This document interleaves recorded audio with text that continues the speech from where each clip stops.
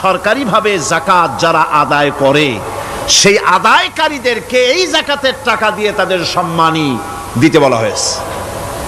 ইসলামী government আসলে যাকাত তো আর আপনার খুশি মতো থাকবে না, যাকাত দিতে আপনি বাধ্য হবেন।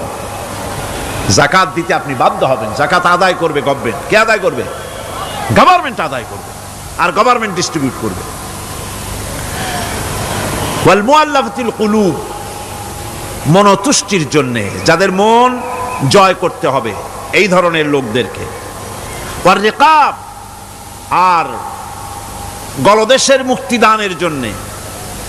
ওয়াল গারিমিন, আর ঋণগ্রস্ত ব্যক্তি, তাও আবার এমন পর্যায়ের যে ঋণ পরিশোধ করতে গেলে যদি তার এমন অবস্থা হয় যে তার কাছে যাকাত দেওয়ার মতো টাকা থাকে না, এরকমের অবস্থা যদি হয় তাহলে যাকাতের টাকা দিয়ে তার ঋণ পরিশোধ করে দেওয়া যেতে পারে।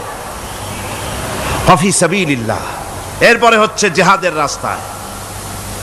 জিহাদের রাস্তা মানে জিহাদ যখন শুরু হবে সেই জিহাদের ময়দানে আপনি বন্দুক রাইফেল কিনে দেওয়ার সাহায্য করবেন সেটা নয়, কিন্তু শুধু এটাকেই বোঝানো হয় নাই। ফি সাবিলিল্লাহ বলতে বোঝানো হয়েছে আল্লাহর রাস্তায় সংগ্রামরত সব ব্যাপারে আপনি সাহায্য করবেন, ইসলামী আন্দোলনের জন্য করবেন। যারা ইসলামের জন্য বইপত্র লেখে তাদের জন্য করবেন, যদি পয়সায় কুলাতে না পারে সেখানে সাহায্য করবেন। ইসলামী আন্দোলনকে বিজয় করার জন্য সাহায্য করবেন। এক কথায় আল্লাহর রাস্তা বলতে যা বুঝায় এগুলিকে দিবেন।